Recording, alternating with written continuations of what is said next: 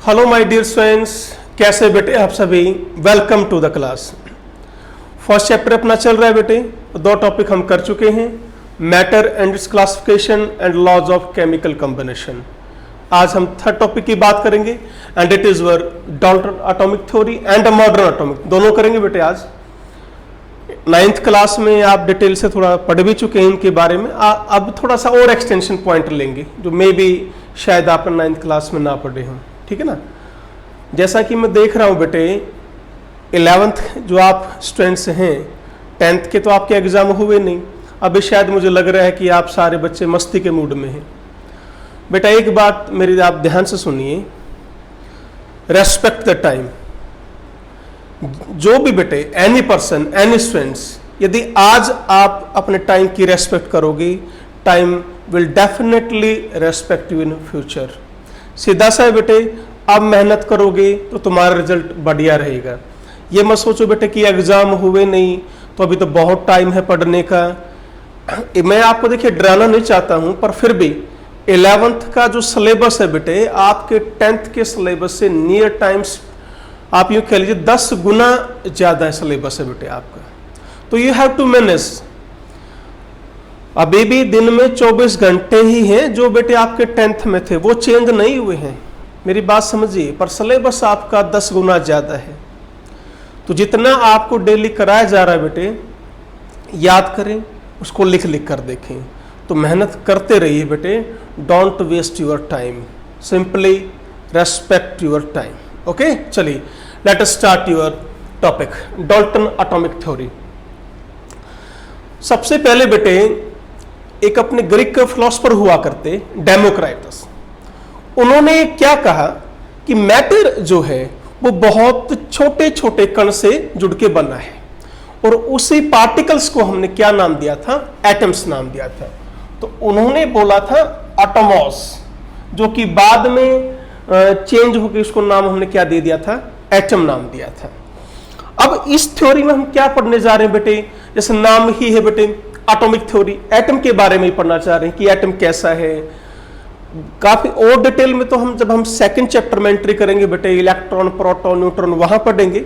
यहां हम क्या पढ़ने जा रहे हैं, अबाउट आइसोटॉप्स, आइसोबार, एटम जुड़ते हैं या नहीं जुड़ते हैं, जैसे लॉज को भी हमने डिटेल से पढ़ा, उन्हीं के बारे में हम डिस्कस करेंगे, ठीक है ना।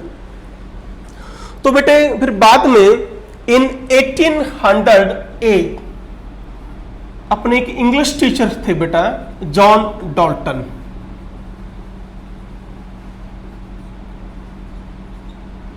इन्होंने अपनी theory the and that is called your Dalton atomic theory. पर देखिए ये इस थ्योरी में पॉइंट भी कुछ पॉइंट्स गलत भी थे, पर बेटा देखो 1808 में थ्योरी दी थी, कितने साल पहले एटम्स के बारे में बताना, किस रेशो में जुड़ते हैं, वो भी एक बहुत बड़ी अचीवमेंट थी। बात समझ रहे ना मेरी। तो अब इस थ्योरी के हम बेटे सारे पॉइंट्स पढ़ेंगे कि डाल्टन ने अपनी थ्योरी के अंदर क्या क्या पॉइंट्स थी। हालांकि इसकी कमियां थी बेटे, वो कमियां भी डिस्कस करेंगे, फिर वो कमी दूर कैसे हुई वो भी डिस्कस करेंगे। पर सबसे पहले ये जानते हैं कि एटम्स के बारे में जॉन डाल्टन के क्या विचार थे, उनके क्या पॉइंट्स उन्होंने दिए। मेन तो ये है ना बेटे, किसी भी टास्क को आप इनिशिएट कर रहे हो या नहीं कर रहे हो, तो डाल्टन ने अपने पॉइंट्स दिए बेटे एटम के बारे में, उसको इनिशिएट किया, बताना शुरू किया। That is also a big achievement. Okay, चलिए तो सबसे पहला पॉइंट है बेटे, इन्होंने सबसे पहला पॉइंट क्या दिया कि matter is made up of extremely small indivisible particle। कोई भी बेटे आपका मैटर है वो किससे जुड़ के बना हुआ है, स्मॉल, बहुत छोटे छोटे पार्टिकल्स हैं, इंडिविजिबल। इसका क्या मीनिंग है बेटे, जो फर्दर डिवाइड ना हो सके, उसको हमने क्या नाम दे दिया, इंडिविजिबल पार्टिकल्स। और उन पार्टिकल्स को क्या नाम दिया बेटे, एटम्स। बात समझ में आई। तो ये अपना बेटे जॉन डाल्टन का फर्स्ट पॉइंट था। तो क्या कहा उसने फर्स्ट पॉइंट में, कोई भी मैटर है, कोई भी पदार्थ है इस ब्रह्मांड में, वो बहुत छोटे छोटे पार्टिकल से जुड़कर बना हुआ है, और वो सबसे छोटा पार्टिकल जो फर्दर डिवाइड ना हो सके, उस पार्टिकल का नाम हमने क्या रख दिया, एटम नाम रख दिया। क्लियर हुआ ये पॉइंट? ओके, सेकंड पॉइंट पर आते हैं। सेकंड पॉइंट कहता है बेटे कि atoms of same element are identical in every respect. Point समझिए बेटे, atoms of same element are identical in every respect कह लीजिए, या इन एवरी प्रॉपर्टी। समझे ना, यहां रेस्पेक्ट का मतलब ये नहीं कि बेटे आदर देना है, वो रेस्पेक्ट नहीं। यहां रेस्पेक्ट का मीनिंग सिर्फ सिंपल क्या है बेटे, इन एवरी प्रॉपर्टीज। क्या मीनिंग है बेटे इस, देखो बुक में तो लिखा हुआ है बेटे, इसको सिर्फ इस आपको समझना है कि ये लाइन कहना क्या चाहती है। इसका मीनिंग सिंपली ये है बेटे, यदि हम एक एलिमेंट के दो एटम्स को चेक करें, मान लीजिए बेटा एक स्टूडेंट ए है और एक स्टूडेंट बी है, दोनों ने कार्बन के दो एटम ले लिए, समझ गए ना, इसके पास भी कार्बन का एटम है और इसके पास भी कार्बन का एटम है। क्लियर हुआ? फिर दोनों ने क्या किया बेटे, उस कार्बन की स्टडी की, चेक किया, दोनों ने पाया कि भाई एटॉमिक नंबर 6 क्लियर हुआ, मास नंबर 12 मिला, इसको भी 12 मिला। यदि मैं बात करूं इलेक्ट्रॉन्स की बेटे, इसमें भी 6 इलेक्ट्रॉन, प्रोटॉन्स की बात करें 6, न्यूट्रॉन की बात करें 6, एटॉमिक रेडियस की बात करें वो same, size same, mass same, volume same, सब कुछ सेम। दैट इज साइज हुआ बेटे, शेप हुई, वॉल्यूम हुआ, मास हुआ। यानी क्या कहना चाह रहे हैं, एलिमेंट कौन लिया था आपने, बोलो, कार्बन एलिमेंट लिया था। यानी हमने कार्बन के ही दो एटम को कंपेयर करके देखा, तो उनमें, उन दोनों में कोई भी डिफरेंट चीज नहीं मिली, सारी की सारी क्या मिली, सेम प्रॉपर्टी मिली। डाल्टन ने ये कहना चाहा। बोलो, second point clear? Okay. Third point में क्या कहता है बेटे कि atoms of different element are not identical. सिर्फ क्या कर दोगे, atoms of different elements are not identical in respect, या बेटे क्या लिख देंगे, atoms of different elements are different in every respect बोल दो, कोई बात नहीं है। यानी एक ही एलिमेंट के दो एटम उठाते हो, उनकी सारी चीजें सेम मिलेंगी। अलग अलग एलिमेंट के दो एटम्स लेते हो, उनकी सारी चीजें अलग अलग मिलेंगी। जैसे बेटे वही काम कर लो, एक स्टूडेंट ने कार्बन लिया, एक ने नाइट्रोजन ले लिया। क्लियर? इन दोनों को कंपेयर करके देखा कि भाई इनकी प्रॉपर्टीज सेम मिली या अलग अलग मिली। तो क्या कहना चाहते हो, सेम होंगी या अलग होंगी? अलग अलग होंगी ना। कैसे बेटे? एटॉमिक नंबर की बात करें 6, 7, मास नंबर की बात करें बेटे, हेयर 12, हेयर 14। ओके। यदि मैं बात करता हूं इलेक्ट्रॉन की, 6 जो एटॉमिक नंबर है वही क्या होता है बेटे, electrons. Do you know this? Proton बोलो 6, 7, न्यूट्रॉन 12 - 6, 14 - 7। अब साइज अलग है, मास अलग है, वॉल्यूम अलग है, बात यही बेटे। तो समझ में आया बेटे, ये दो पॉइंट क्लियर हुए आपको। एक एलिमेंट के दो कंपेयर करोगे, दोनों की प्रॉपर्टी सेम मिलेंगी। अलग अलग एलिमेंट के एटम्स कंपेयर करोगे, सारी चीजें अलग अलग मिलेगी। बढ़े आके, ठीक है। फोर्थ पॉइंट कहता है बेटे कि एटम्स ऑफ सेम और different elements, atoms of same और different elements combine together to form compound atom. ये पॉइंट समझिए बेटे। हमने दो मिनिमम कितने एटम्स लिए बेटे, मिनिमम 2 एटम्स लिए, एक ही एलिमेंट के लिए, सेम एलिमेंट के लिए, और you may take different element. ठीक है बेटा, मैंने क्या किया, एक एलिमेंट के दो एटम्स ले लिए। जैसे एग्जांपल लेते हैं बेटा, O प्लस O, क्या बोला बेटे, O2 बना। जैसे कि फर्स्ट लेक्चर मैंने आपको बताया भी था कि O एग्जिस्ट नहीं कर रहा है बेटा, एग्जिस्ट क्या कर रहा है, O2। तो यहां पर एलिमेंट O2 है बेटा, न कि O। O is what, atom. Clear हुआ ना? ओके। एक एटम एलिमेंट हो सकता है, ध्यान से मेरी पॉइंट समझना बेटे, नोट करना इसको। एक एलिमेंट या सॉरी एक एटम एलिमेंट हो सकता है, पर एक एलिमेंट जरूरी नहीं एटम हो। ये बात समझ में आई? कैसे भाई, ऑक्सीजन जो है एलिमेंट है, क्या ऑक्सीजन एटॉमिक फॉर्म एग्जिस्ट करता है? नहीं। तो बस, तो फिर तो क्या कहेंगे आप, ऑक्सीजन एलिमेंट है पर वो एटॉमिक फॉर्म एग्जिस्ट नहीं करते। बात समझ में आ गई ना? चले आगे। अब जैसे सोडियम क्या है, एटम है, पर ये एलिमेंट भी है, बिकॉज सोडियम बेटे अकेला एग्जिस्ट करता है। मैंने लिखा हीलियम, हीलियम क्या है बेटा, एटम भी है और एलिमेंट भी है। बात समझ में आई ना? चलिए, तो बेटे क्या कहना चाह रहे हैं हम इस पॉइंट में, हमने मिनिमम कितने एटम्स लिए, दो एटम्स लिए। ये दोनों एक ही टाइप के भी हो सकते हैं, तो ये आपने O2 बनाया। ये बेटे अलग अलग टाइप के भी हो सकते हैं। ठीक है, जैसे बेटे हमने ले लिया C प्लस O2, मान लो क्या बना दिया, CO2 बना दिया। अलग एलिमेंट अलग element, same element same element. Clear हुआ? अब क्या कहना चाह रहा है बेटे, ये जो अब नया जो कंपाउंड, नया जो सब्सटेंस बना, मैं फिलहाल इसको नाम सब्सटेंस दे रहा हूं, इसको डाल्टन ने कहा कि ये कंपाउंड एटम का नाम दे दिया। इसको नया नाम क्या दिया बेटे, कंपाउंड एटम। कंफ्यूज नहीं होना है बेटे, यहां कंपाउंड आपका केमिस्ट्री का वर्ड नहीं है, ये इंग्लिश वर्ड है। क्या इंग्लिश वर्ड? कंपाउंड का मतलब होता है बेटे बड़ा।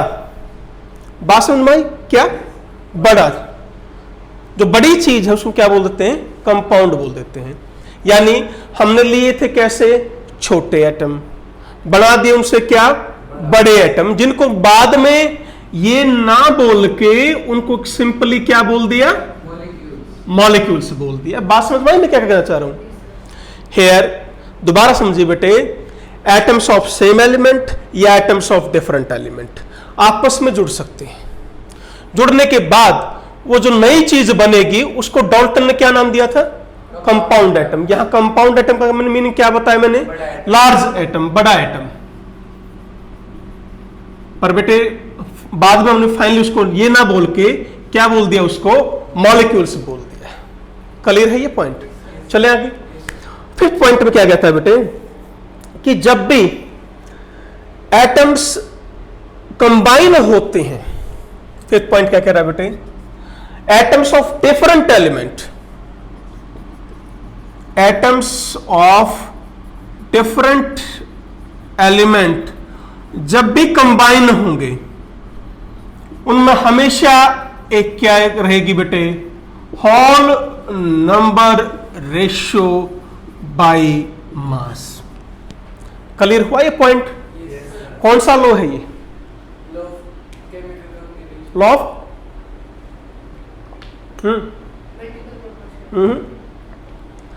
It is your law of constant composition.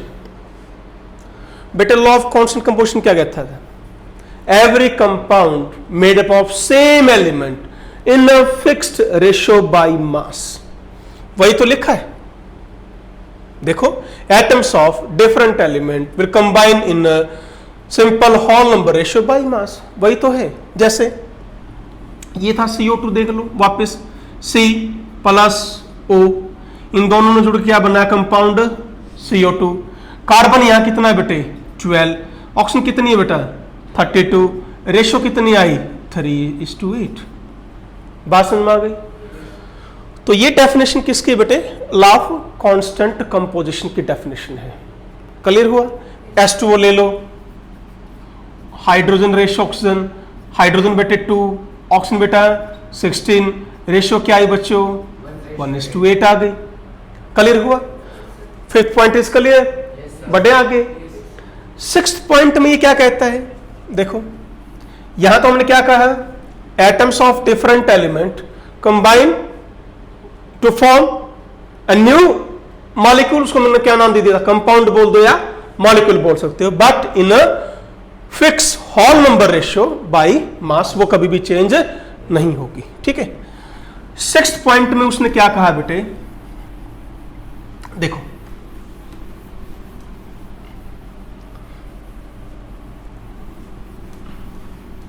Sixth point में ये कह रहा है कि यदि हम डिफरेंट एलिमेंट के कंपाउंड लेते हैं तो जरूरी नहीं वो एक ही कंपाउंड बनाए।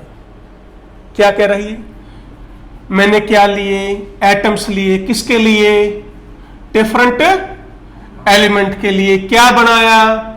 मॉलिक्यूल बनाया। क्या कहना चाह रहा है? जरूरी नहीं कि एक ही टाइप का मॉलिक्यूल बने, इट इज नॉट नेसेसरी। कौन सा लो बताओ? कौन सा ये लो? मल्टीपल आया बेटे। क्या लिखा इसने? एटम्स ऑफ डिफरेंट एलिमेंट आपस में जुड़े। क्या बनाया उन्होंने? मॉलिक्यूल बनाया। तो क्या कह रहा है? जरूरी नहीं वो एक ही टाइप का मॉलिक्यूल बनाए। ओके, मल्टीपल, एक से ज्यादा बना सकता है। वहां देखो एक बार क्या कहना चाह रहा है ये? CO। क्या CO जरूरी है CO2 ही बनाएगा? नहीं बनाएगा। तो कार्बन मोनोक्साइड, कार्बन डाइऑक्साइड, तो कार्बन का यहां पर 12 here carbon, 12 here oxygen 16, here oxygen 32। Mass क्या है? फिक्स। रेशो क्या आई? 1:2। किसकी रेशो? ऑक्सीजन की। तो यहां भी जो रेशो रहेगी बेटा वो भी एक क्या रहेगी? Simple hall number ratio. Clear हुआ? तो पॉइंट एग्जैक्टली जो बुक में है मैं पढ़ रहा हूं बेटे कि atoms of two element may combine in different ratio to form more than one compound. बात समझ में आई? क्या? S+O एग्जैक्ट जो अब डाल्टन का पॉइंट है वो भी समझा देता हूं बेटे। S+O ने क्या बनाया? SO2 and SO3। बोलो, यहां सल्फर 32, ऑक्सीजन 32, सल्फर 32, ऑक्सीजन 48। ये क्या कहना चाह रहा है बेटे? रेशो आपकी बोलो अलग अलग हो सकती है, पर ये दोनों रेशियो होंगी कैसी? Whole number ratio. और ये आगे जाकर एक्सटेंड किस फॉर्म में हुआ था? लॉ ऑफ मल्टीपल में, कि हमने एक का मास फिक्स कर दिया, दूसरे की भी रेशियो क्या रहेगी? Simple whole number ratio. ये था आपका लॉ ऑफ मल्टीपल। क्लियर हुआ? तो क्या कहा बेटे उसने? मैंने एटम्स लिए डिफरेंट एलिमेंट के, वो एक से ज्यादा टाइप के मॉलिक्यूल बना सकते हैं, जैसे कि SO2, जैसे कि SO3। यहां पर भी जो उनकी रेशियो आएगी दोनों में, वो भी क्या रहेगी? एक simple whole number ratio. That is your sixth point. कोई डाउट किसी को? बढ़े आगे।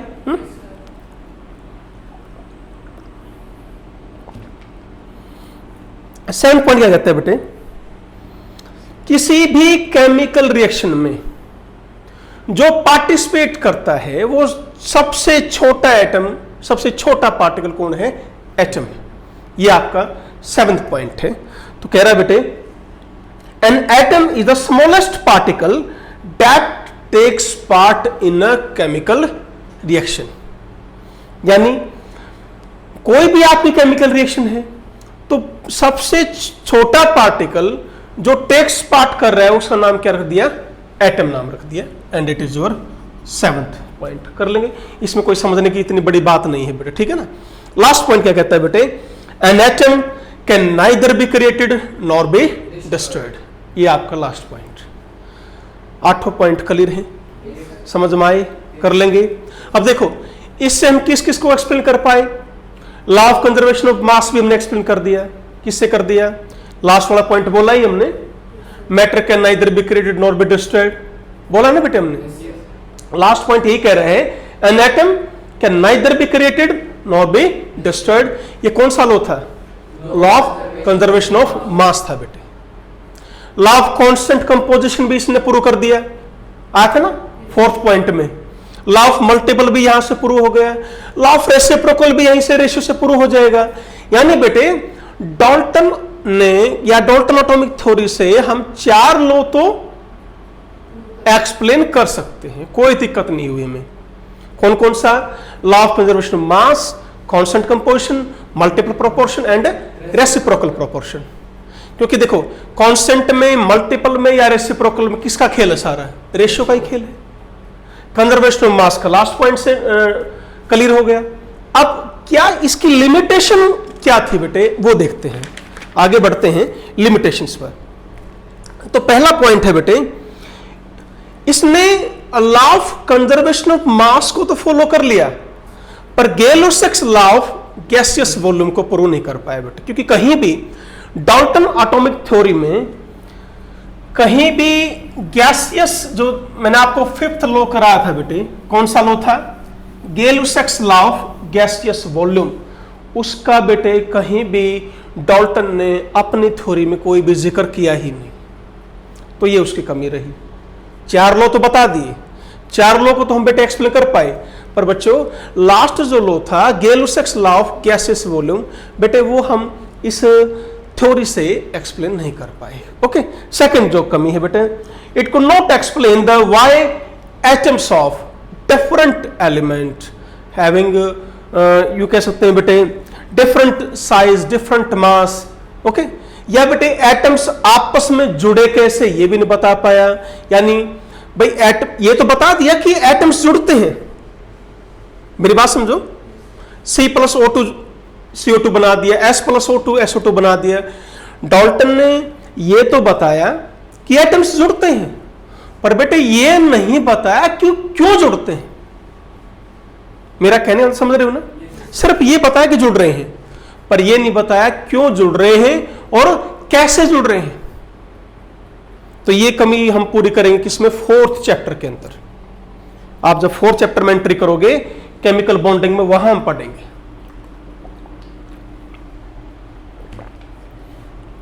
वैसे देखो बेटे कंपटीशन पॉइंट ऑफ व्यू से इतना इंपॉर्टेंट नहीं है टॉपिक ये, पर फिर भी करो, सिलेबस में तो है ही। इसके बाद अपनी थ्योरी आई बेटे मॉडर्न एटॉमिक थ्योरी। लगभग बेटे 1 शताब्दी तक, 100 वर्ष तक बेटे आपका ये चलती रही थ्योरी आपकी। उसके बाद नए साइंटिस्ट आए, लाइक रदरफोर्ड साइंटिस्ट आए, नेल्स बोर आए, तो उन्होंने बेटा इसके अंदर, इस थ्योरी के अंदर कुछ चेंज किया। फिर वो पॉइंट्स क्या थे वो हम पढ़ते हैं, और उस थ्योरी को हमने क्या नाम दे दिया फिर? Modern atomic theory. ठीक है,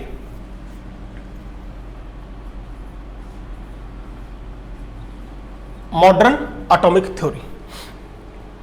सबसे पहला पॉइंट बेटे, डाल्टन ने क्या कहा था कि मैटर का सबसे छोटा पार्टिकल जो है, जो डिवाइड ना हो सके, उसको नाम क्या दिया था?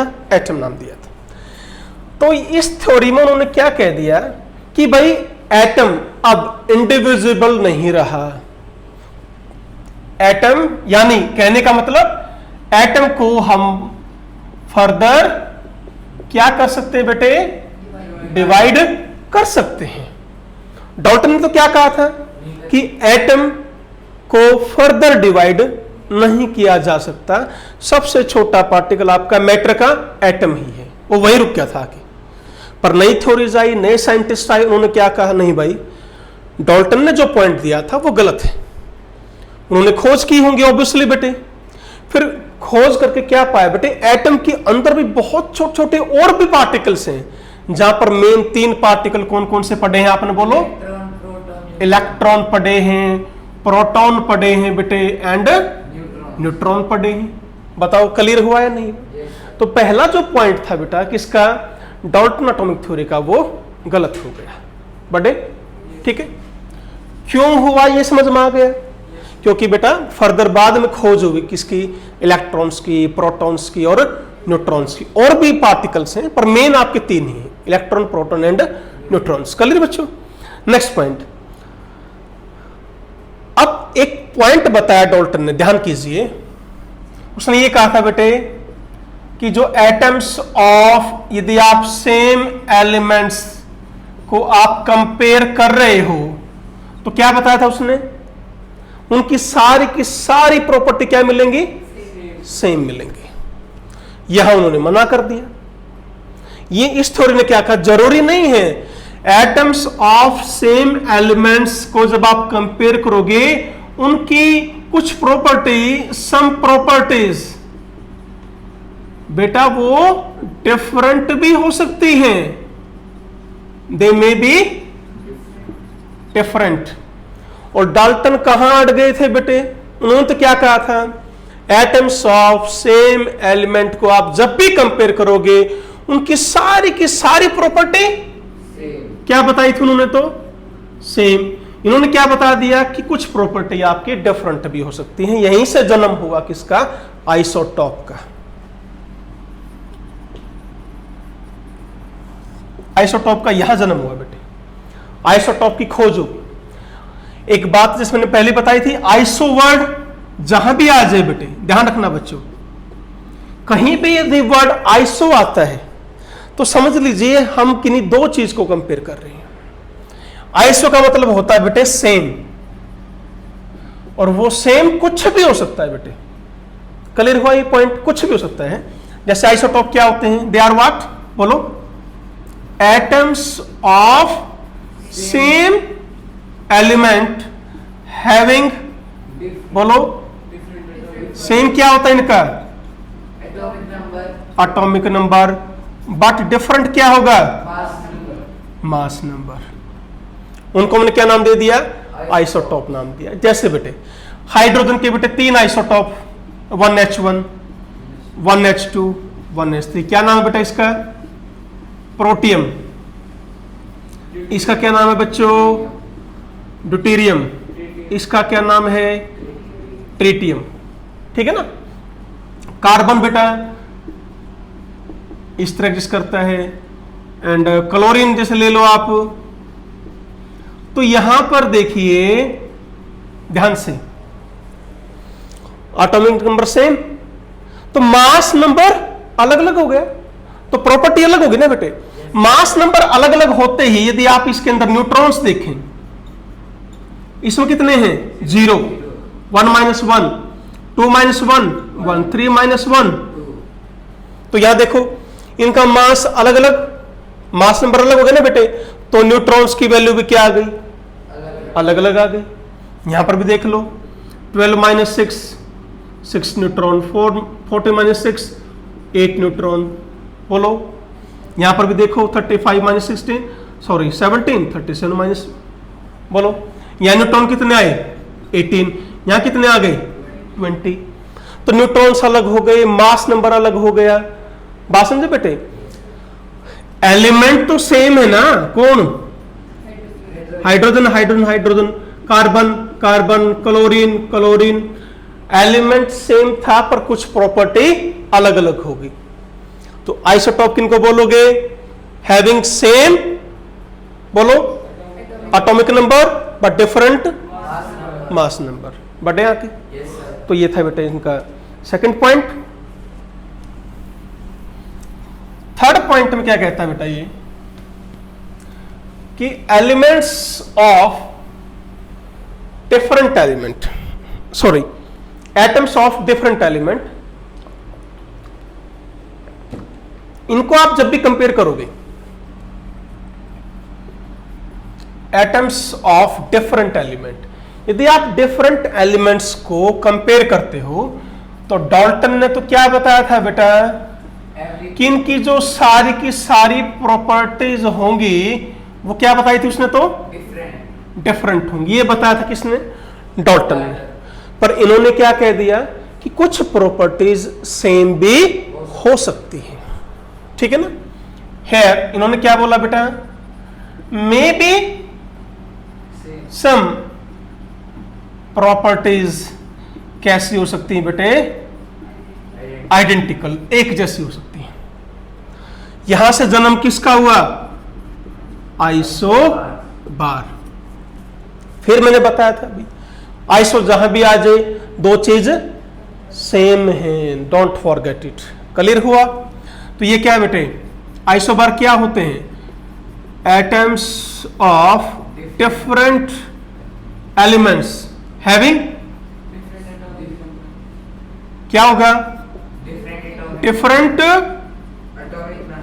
Atomic number but same mass number. Clear हुआ? जैसे बेटे आर्गन एंड कैल्शियम 18 40 20 40, तो यहां मास नंबर क्या है बच्चों? सेम। उसको आप क्या बोलोगे? आइसो बार बोलोगे। बढ़े आगे। तो ध्यान रखो, आइसो जहां भी आए कुछ ना कुछ चीज सेम मिलेगी। आइसोटोन, न्यूट्रॉन सेम है। आइसो इलेक्ट्रॉनिक, इलेक्ट्रॉन सेम है। आइसोमर्स, मॉलिक्यूलर फार्मूला सेम है। आगे बढ़ते जाएंगे। तो ध्यान दें बेटे, जहां भी आइसो वर्ड हो, आप किन्हीं दो को कंपेयर कर रहे हो और उनमें कोई एक चीज सेम जरूर होगी। क्या होगी वो डिपेंड करती है क्या देख रहे हो। बढ़े आगे। ठीक है, नेक्स्ट पॉइंट है बेटे, अगला पॉइंट रेशो का आया।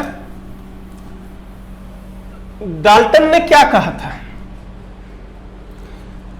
फोर्थ पॉइंट पे आगे ना, कि एटम्स ऑफ डिफरेंट एलिमेंट्स आपस में क्या हुए बेटे? कंबाइन हुए, जुड़े थे। क्या बताया था? इन सिंपल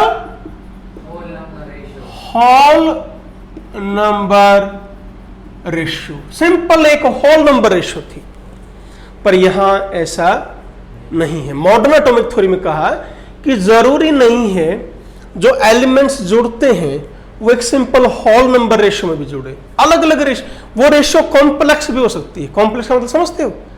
जो रेशियो सिंपल ना हो, बड़ी रेशियो जो हो। जैसे सुक्रोज की बात करते हैं, फार्मूला है बेटे C12H22O11। क्लियर? बेटे एक बात था, मैं CO2 को कंपेयर करता हूं तो कार्बन कितना है? 1, ऑक्सीजन कितना है? 2।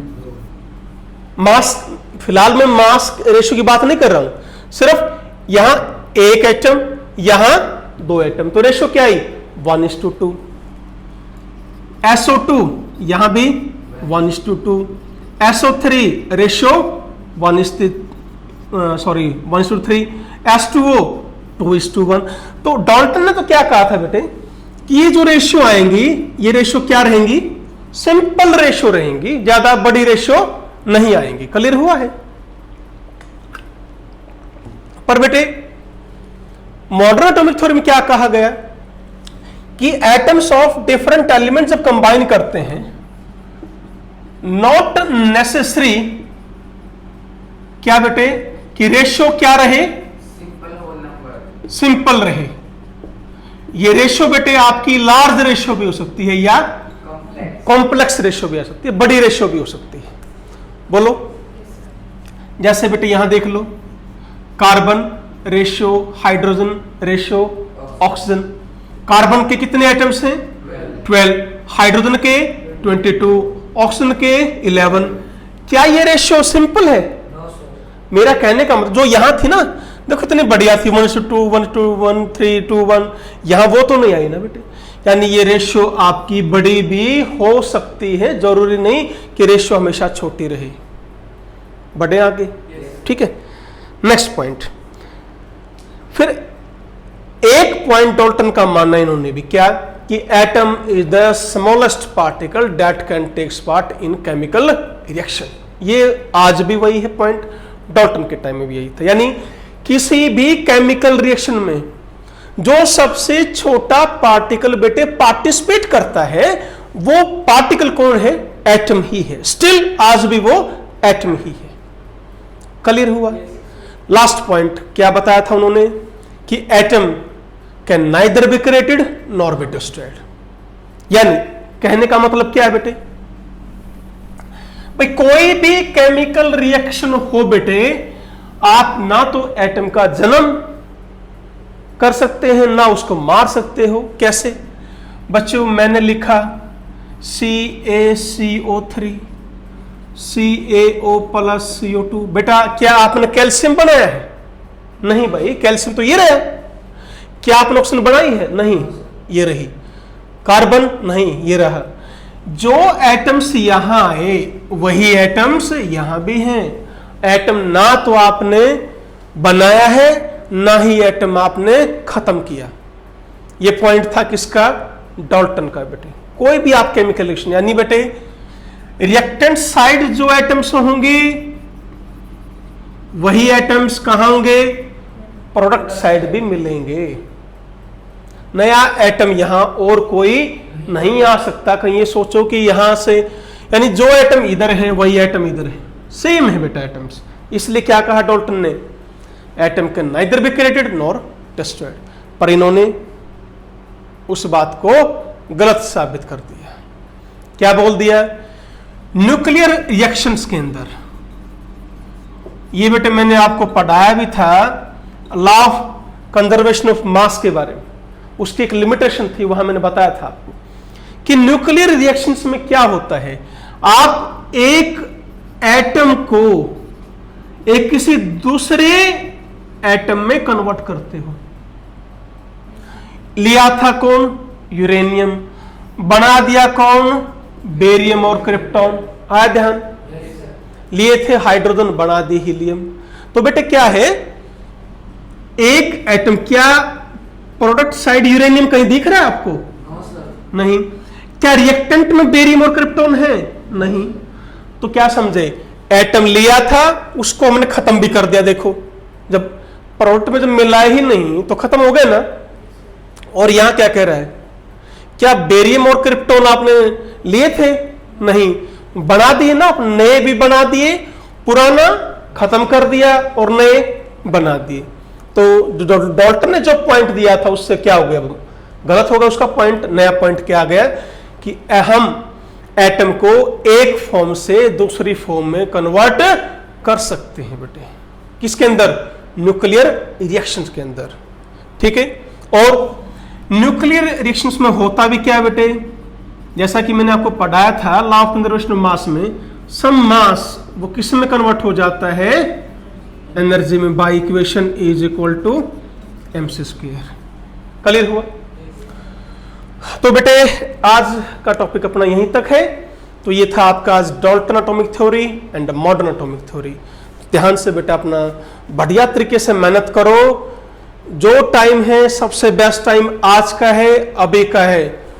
डू वर्क हार्ड बेटे। ओके, चलिए, thank you very much. Always be happy, be healthy. Thank you बेटे।